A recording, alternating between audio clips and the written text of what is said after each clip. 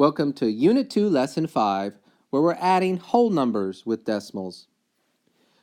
In the last lesson, I showed you how to line up your decimals to add them. Today, we're going to be doing some of the same things. We're going to start with this example, 63 plus 32 hundredths. In the previous lesson, I taught you to rewrite your problems if they happen to be lying down like this one is. Rewrite them standing up. So that's what we're going to do. We're going to rewrite our problem with our first number, 63, standing up. We'll write our addition sign. And then I also told you that you need to line up your decimal. In fact, I said the first thing you want to do is to bring your decimal down and line it up with the first number. So here we have a bit of a problem because our whole number, 63, doesn't have a decimal. Except that it does have a decimal. Can you find it? You may not see the decimal on number 63, but that's simply because you don't need it yet. But it does exist. In fact, every whole number has a decimal. Every whole number. The number 3 has a decimal.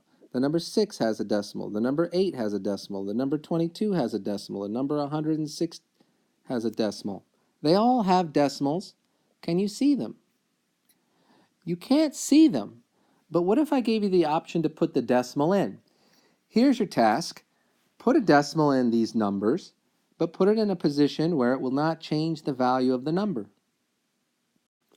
Pause the video and see if you can figure out where to put the decimal so the number doesn't change its value.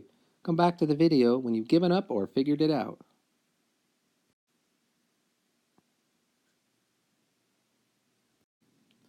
On the first number, if you were to put the decimal in front of the 3 and said that number, you would be saying 3/10.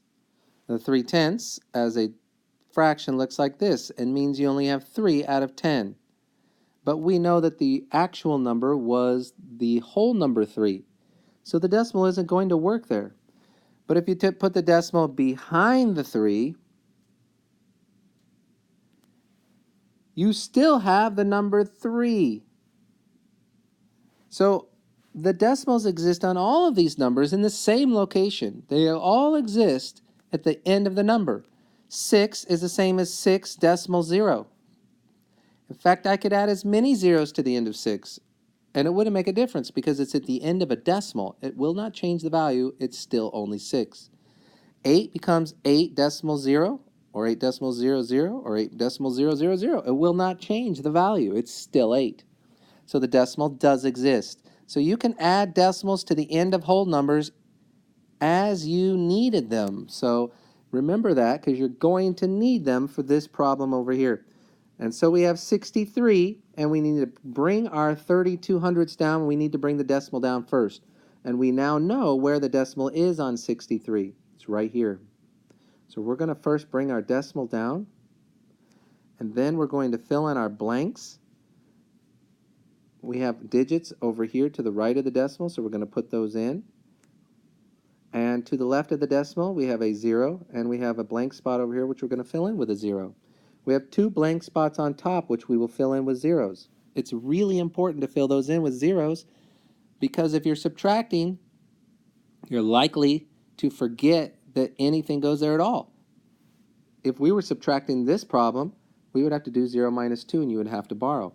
But if you didn't put anything there, you might likely just bring the 2 down, thinking there was nothing to do. But the truth is there is something to do. If there's nothing there, if your place value is missing something, then you know you should add a 0. Now we just simply add. Let's add them. 0 and 2 is 2. 0 and 3 is 3. Decimal place, don't forget to bring that down. 3 and 0 is 3, and 6 and 0 is 6. And there is your final answer. And isn't it beautiful? We don't have to worry about simplifying, changing from improper to proper. All that stuff was in the past units. Here we just simply add, and there's your answer. You have to be able to say that number. Can you say the number? 63 and 32 hundredths. Let's try one that deals with money. So we have $63 plus 14 cents. Actually, that's quite simple to do in your head. You should already know that you have $63.14. How would you write that, though, as a decimal? Well, you could simply add 63, which is the whole number, to 14 cents. 63 has a decimal. We can put that decimal in, and we're dealing with money, so we might want to show our cents. This is $63.00. The reason why I needed to show my cents is because over here I have 14 cents. Well, I have to show cents as a decimal because that's how you show cents. So we're going to put the decimal in first and then show 14 cents. 14 should be on the right of the decimal. We're adding these, so we're going to fill in our blanks first with zeros. When you're adding, I realize that those zeros aren't helping you to add. But you need to get in the habit of doing that because when you start subtracting, again, that's where mistakes will be made.